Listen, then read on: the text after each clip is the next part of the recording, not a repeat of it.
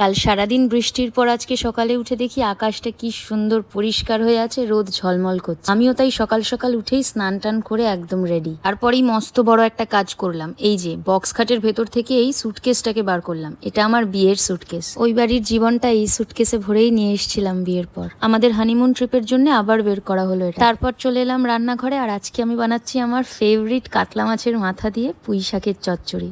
উফ, কি যে ভালো লাগে না আমার এটা খেতে, কি বলবো। তোমরা কারা কারা ভালোবাসো জানিও। আর এদিকে মা করেছে ভাত, ডাল আর বাটা মাছের ঝাল। ছন্দটা কিন্তু বেশ ভালোই মিলল।